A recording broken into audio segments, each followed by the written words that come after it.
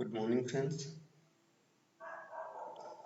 In last lecture, we have discussed about the water jet machining. So now we will discuss about abrasive jet machining. What is the abrasive jet machining? How it works? What are the advantages? What are the applications? We will discuss about these things and also what are the equipments used in abrasive jet machining. So first of all, we should know that what is abrasive jet machining. As we know that we uses water jet machining by applying the water with high forces and velocity with a minimum diameter stream penetration, and we remove the material from a particular surface, from a particular targeted workpiece or surfaces. But in this material, in this process, we use a mixture of water and abrasives, you can say air and abrasives. It means the abrasives is maybe a cutting tool. It may work like as cutting edges, but the medium will be always, you can say, water or air or gases. ठीक, okay. कहने का मतलब ये है कि हमारे इसमें पहले हमारा केवल और केवल वाटर ही कटिंग टूल की तरह बिहेव कर रहा था, कटिंग टूल की तरह। लेकिन यहाँ पे क्या है कि sorry, high pressure water cutting tool की तरह बिहेव कर रहा था, लेकिन इसमें जो high velocity stream of water and gases होगी, they are only the medium. The main cutting tool is abrasive particles or you can say abrasive mixtures. ठीक है, तो हम क्या करेंगे, इसमें मिक्सचर यूज करेंगे किसका, अब्रेसिव वाटर का या अब्रेसिव गैसेस का। एब्रेसिव्स के बारे में आपको पता ही है कि एक स्मॉल पार्टिकल्स होते हैं, हार्ड पार्टिकल्स, जिनमें बहुत सारे शार्प एजेस होती हैं। इट में भी रेगुलर शेप और इरेगुलर, हाँ मोस्टली इरेगुलर शेप्स में होती हैं। और इसमें क्या, हाई स्पीड जेट को किसी पर्टिकुलर सरफेस पे कंट्रोल कंडीशन में इम्पिंज करवाते हैं, जहाँ से हमें, जिस सरफेस से हमें मशीनिंग करनी होती है। तो जैसे हम अभी पिछले लेक्चर में हमने देखा कि वाटर जेट से हम जिस टाइप से मशीनिंग कर रहे थे, तो सेम वही हमारा प्रोसेस है।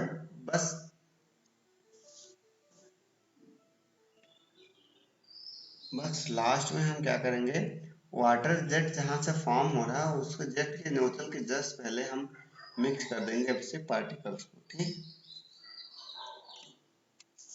अगर हम बात करें कि सिस्टम्स कौन कौन से हैं, कौन कौन से कंपोनेंट हैं, तो कंपोनेंट की बात करें तो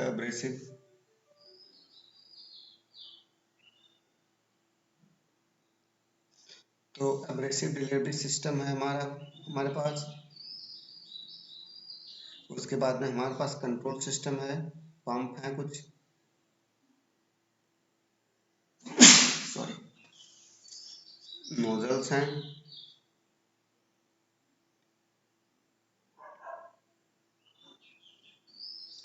मिक्सिंग ट्यूब हमारा, कुछ मोशन वाले सिस्टम्स भी है।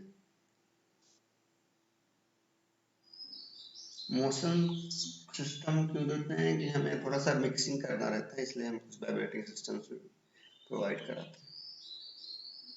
ठीक है,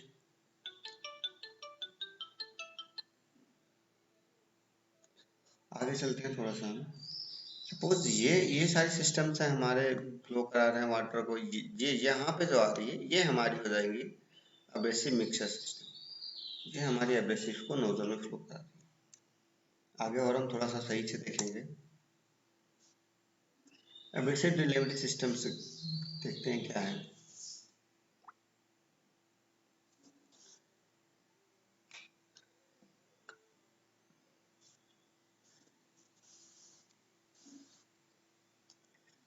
देखिए कह रहा है कि एब्रेसिव डिलीवरी सिस्टम क्या है, एक सिस्टम होता है जो कि एब्रेसिव को स्टोर करता है और एब्रेसिव को ट्रांसफर भी करता है टू द बकेट, और ये हमेशा ऑटो प्रोग्राम सिस्टम के हेल्प से वर्क करता है, जिसमें कि जैसे जैसे इसकी नीड पड़ती है एब्रेसिव की, जो स्टोर सपोज बकेट का एक लेवल है, हमने डिसाइड कर दिया है कि अगर उस लेवल से एब्रेसिव कम होगा तो यहाँ से एब्रेसिव तुरंत स्टोरिंग सिस्टम से एब्रेसिव तुरंत ट्रांसफर होगा और उस पर्टिकुलर लेवल को अचीव कराएगा जो हमें होनी चाहिए। ठीक, इसके लिए हम हाई सेंसिटिव सेंसर्स का यूज करेंगे।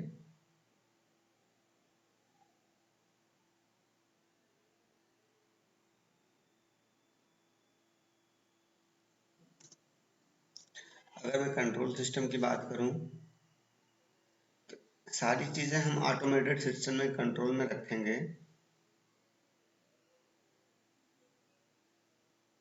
तो इसमें हमें कंट्रोल सिस्टम में हमें फीड रेट को, हमारी जो वेलोसिटी है और मिक्सचर हाउ मच मिक्सचर होना, कितना एब्रेसिव का रेशियो होना चाहिए, ये सारी चीजें हम इसको कंट्रोल सिस्टम में रखेंगे।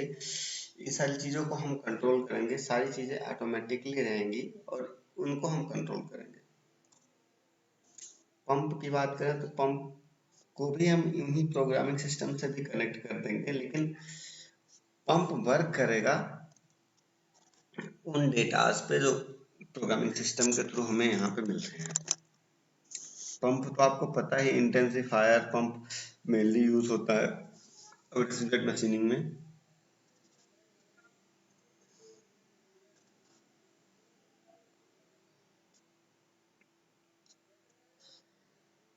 क्रैंक शाफ्ट पंप भी कभी कभी यूज मोस्टली इफिशियंट होता है because they do not require a power rubbing hydraulic system, ultra high pressure and more stroke per minute। ठीक है, नोजल की हम बात कर लेते हैं।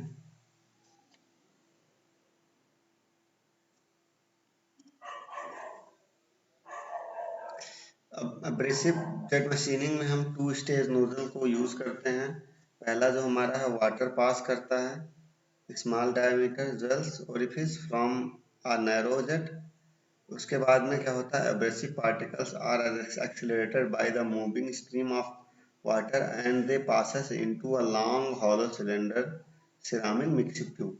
ठीक है, अब मिक्सिंग ट्यूब के बाद में क्या होता है, generally two type of nozzle use, right angle head and straight head.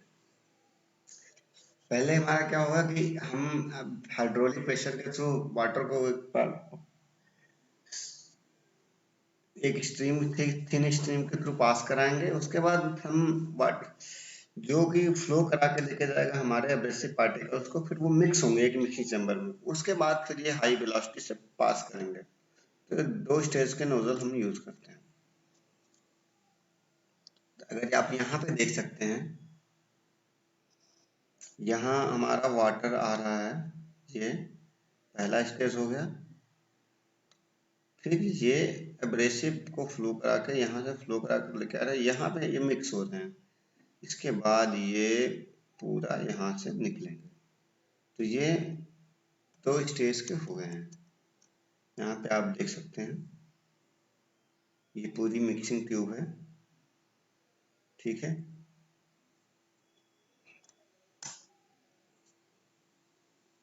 Mixing tube के बारे में देखते हैं थोड़ा सा। Mixing tube is where the abrasive mixes with the high pressure water. ठीक है, the mixing tube should be replaced when the tolerance drops below acceptable level. For maximum accuracy replace the mixing tube for more frequently. अब mixing tube को replace करने की जरूरत इसलिए पड़ती है क्योंकि मिक्सिंग ट्यूब के जो वाल्स होते हैं वो जल्दी खराब होंगे due to collision of abrasive particles. That's why we need to replace the mixing tube frequently. अगर हम water jet and abrasive water jet machining की बात करें वाटर जेट मशीनिंग प्योर है with stabilizer. Abrasive water jet machining की बात करें तो 3 फेजेस में एब्रेसिव वाटर और एयर 3 चीजें यूज हो सकती हैं। एब्रेसिव वाटर जेट मशीनिंग हमारा क्या सस्पेंडेड 2 फेजेस में एब्रेसिव एंड वाटर। यहाँ पे हम डायरेक्ट पंपिंग भी कर सकते हैं, इनडायरेक्ट पंपिंग भी कर सकते हैं और बाईपास पंपिंग भी हम कर सकते हैं।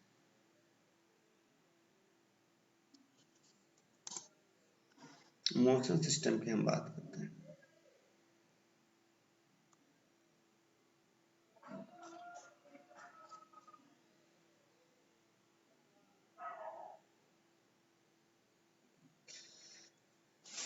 In order to make precision parts, an abrasive jet system must have a precision XY table and motion control system. Table falls into 3 general categories: floor mounted gantry system, integrated table gantry system, floor mounted oh भाग यहाँ से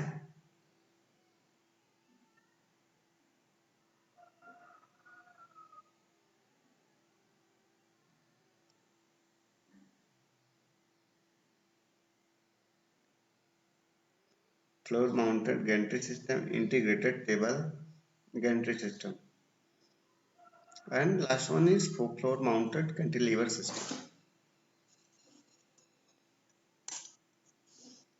अब working process की हम थोड़ी सी बात कर लेते हैं। High pressure water start at the pump and is delivered through the special high pressure plumbing to the nozzle. At the nozzle, abrasive is introduced as the abrasive water mixture exists, cutting is performed.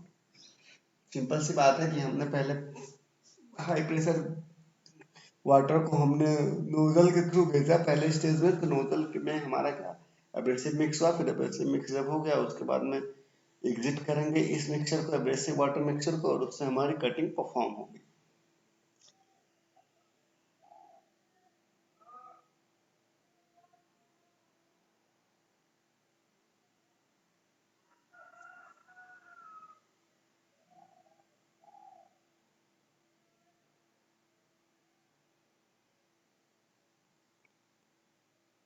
तो अगर देखो suppose करो कि आप energy जो just exist करती है water abrasive jet particle, high pressure से अगर वाटर एब्रेसिव जेट पार्टिकल्स निकलते हैं तो किसी पर्टिकुलर पॉइंट पे इम्पिंच करेंगे, उसके बाद में ये एनर्जी पहले वर्कपीस को मशीन करेगी, फिर उसके बाद में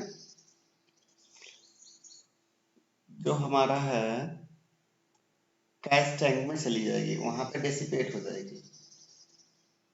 अब कैश टैंक में वाटर भी होते हैं, डेबरीज भी होती हैं और इनमें भी एब्रेसिव पार्टिकल्स भी काफी सारे होते हैं। ठीक है,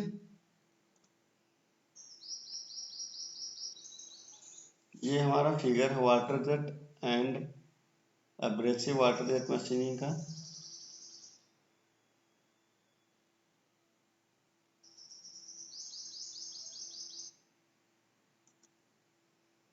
components of abrasive water jet machining की बात करेंगे। हमारे पास वाटर बेसिन होगा, सिरेमिक बाल्स होंगे कुछ हमारे पास, कहीं कहीं हम एब्रेसिव के लिए यूज करेंगे, तो कैचअप प्लेट्स भी लगी होती हैं जो कि इसके मोशन को, डिसिपेशन को, एनर्जी को कम कर देती है। तो ये सारी चीजें होती हैं जो एनर्जी हमारी डिसिपेट हो रही है after the machining into the tank में, वो किस हिसाब से हम डिसिपेट करें वो इस पर डिपेंड करेगा। आप यहाँ देख सकते हैं ट्रेजेक्टरी ऑफ एब्रेसिव पार्टिकल्स, और ये हमारी water jet machine, water jet है, ये हमारा मिक्सिंग चैम्बर।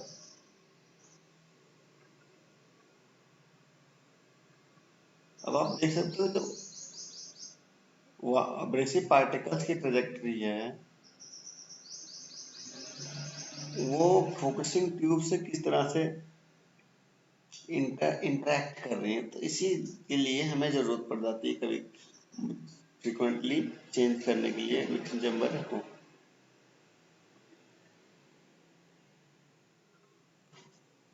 आगे हम चलते हैं।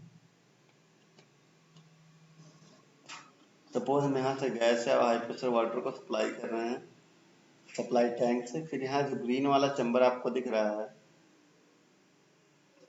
उसमें क्या हो रहा है, हाई प्रेशर वाटर और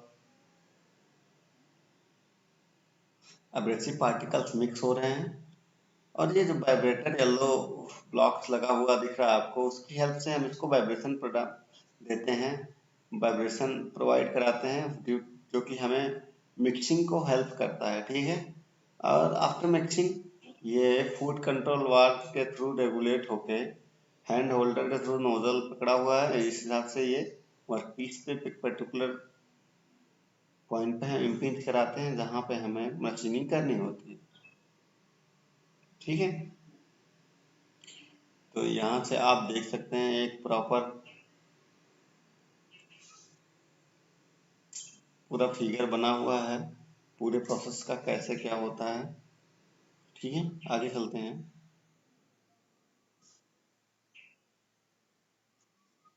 एब्रेसिव ब्लेड मशीनिंग में हम बात करते हैं डिग्रीज की। जो हम स्टैंड ऑफ डिस्टेंस रखते हैं वो कितनी होनी चाहिए। अगर हमें स्क्वायर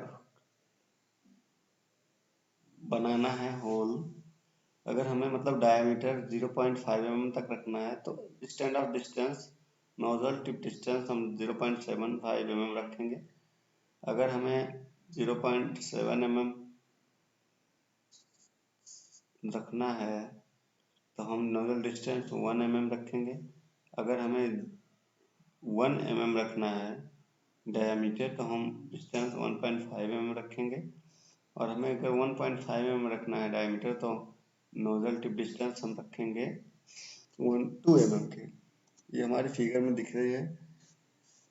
अगर हम फीचर्स की बात करें एब्रेसिव ब्लेड मशीनिंग के फीचर्स की,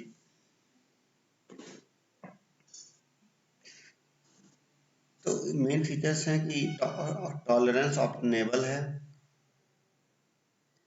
मोस्टली मटेरियल्स की हम मशीनिंग कर लेते सकते हैं। मटेरियल थिकनेस कोई पैरामीटर यहाँ पे जल्दी आती नहीं हो, थिकनेस कभी कभी कोई बैरियर नहीं होती,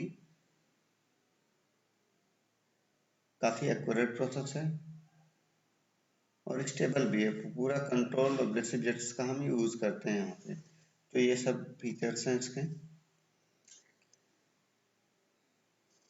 अगर हम मशीन एस्पेक्ट की बात करें तो सारी चीज टाइप की हम स्पीड कटिंग भी कर सकते हैं, pump pressure, hardness and thicken, software controlling, power at nozzle, feed rate, acceleration, nozzle focus, around curves, ये सारी चीजें हम कटिंग कर सकते हैं।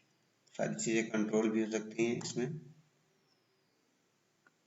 अब बात करते हैं types of abrasive blade machining, abrasive materials की। बात करें तो हम डिफरेंट टाइप्स के एब्रेसिव मटेरियल्स यूज करते हैं, like granite, aluminium oxide, olivine, silica sand, silicon carbide etcetera. Virtually material की बात करें तो कोई भी मटेरियल एब्रेसिव की तरह यूज किया जा सकता है, बट वो हार्ड होना चाहिए। टाइटेनियम और स्टील भी हम यूज कर सकते हैं। मतलब ये है कि एब्रेसिव के जो पार्टिकल्स होने चाहिए वो हार्ड होने चाहिए, टफ होने चाहिए, शेप्स में इरेगुलर होना चाहिए, जो एजेस होनी चाहिए वो फाइन होनी चाहिए। बात करता हूँ एडवांटेजेस क्या क्या हैं एब्रेसिव जेट मशीनिंग के। तो एब्रेसिव जेट मशीनिंग की बात करें तो extremely fast setup and program machining है। हमें अगर हम बात करते हैं कि हमें ड्रिलिंग करनी होती है तो हमें पहले वहाँ पे होल बनाना पड़ता है छोटा सा, फिर हम उसके बाद में ड्रिलिंग पंच अप्लाई करते हैं, ड्रिलिंग अप्लाई करते हैं। लेकिन यहाँ पे हमें ऐसा कुछ करने की जरूरत नहीं पड़ती है। यहाँ पे केवल एक ही टूल यूज होता है। कैपिटल कास्ट की बात करें तो बहुत ज़्यादा हाई नहीं है, लो है कैपिटल कास्ट। वाइब्रेशन भी पूरे सिस्टम में बहुत कम होता है और वर्कपीस में कोई हीट जनरेट नहीं होती है, इन्वायरमेंटल फ्रेंडली भी है ये।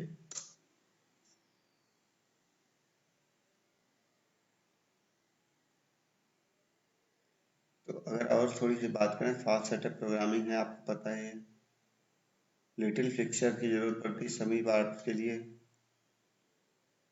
ये मशीन करने में पॉसिबल है 2D शेप में लेकिन, और during machining below side forces produce होती हैं। थिक प्लेट्स की मशीनिंग हो जाती है।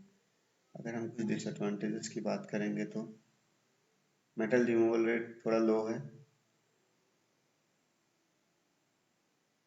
क्योंकि स्टेक कटिंग होती है, दैट्स व्हाई एक्यूरेसी वेरी करती है थोड़ी सी, एक्यूरेसी उतनी इफिशिएंट नहीं है। जो हमारे एब्रेसिव पार्टिकल्स हैं हम उनको रीयूज नहीं कर सकते,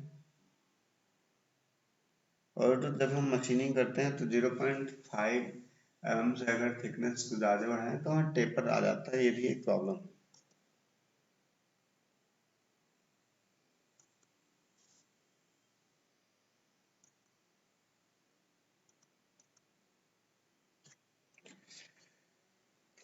अगर मैं एब्रेसिव जेट मशीनिंग में बात करता हूँ कि एब्रेसिव फ्लो रेट्स की, तो जैसे जैसे हमारा मेटल रिमूवल रेट, एब्रेसिव का फ्लो रेट हम इंक्रीज करते जाएंगे तो मेटल रिमूवल रेट हमारा इंक्रीज करेगा, लेकिन एक पर्टिकुलर टाइम पे एक पर्टिकुलर पॉइंट आएगा कि उसके बाद में अगर हम एब्रेसिव फ्लो रेट को इंक्रीज करते हैं, suppose you can see from here, suppose यहाँ से इस पॉइंट के बाद, तो हमारा मेटल रिमूवल रेट डिक्रीज करेगा।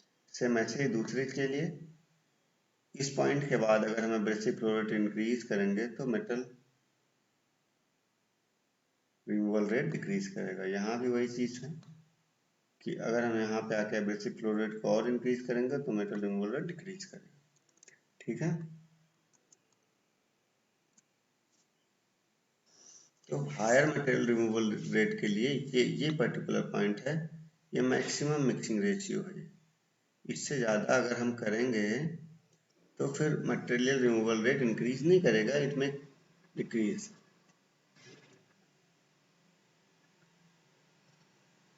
और अगर हम उसी रेट पे कांस्टेंट मिक्सिंग करते हैं तो मटेरियल रिमूवल रेट हमारा इंक्रीज करता जाता है एब्रेसिव फ्लो रेट पे। ठीक है, कांस्टेंट मिक्सिंग अगर हो रही है तो।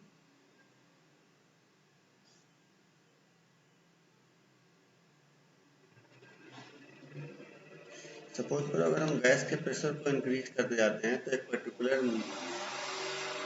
मटेरियल रिमूवल रेट भी हमारा इंक्रीज करेगा धीरे धीरे for a constant mixing ratio. ठीक है, हम जैसे जैसे गैस के प्रेशर को इंक्रीज कर रहे हैं हमारा मटेरियल रिमूवल रेट इंक्रीज कर रहा है फॉर कांस्टेंट मिक्सिंग रेशियो। ये चीज हमें ध्यान में रखना।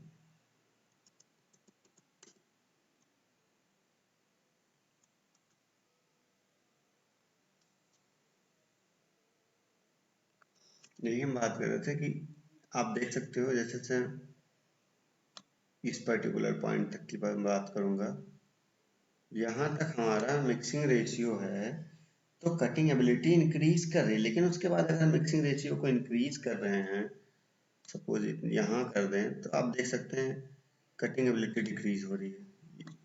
2 पे भी आप देख सकते हैं कटिंग एबिलिटी डिक्रीज हो रही है। तो हमारा ये जो है ये मैक्सिमम मिक्सिंग रेशियो, तो इसको हमें फॉलो करना चाहिए।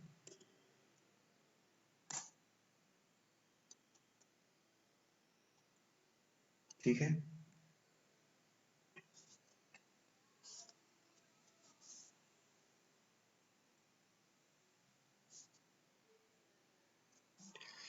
अगर हमें बेटर मशीनिंग करनी है तो हमें इस प्रोसेस में थोड़े और चेंजेस भी कर सकते हैं। इस प्रोसेस को हम फुल्ली सॉफ्टवेयर बेसिस करके इसमें एक्यूरेसी को और भी हम इंक्रीज कर सकते हैं।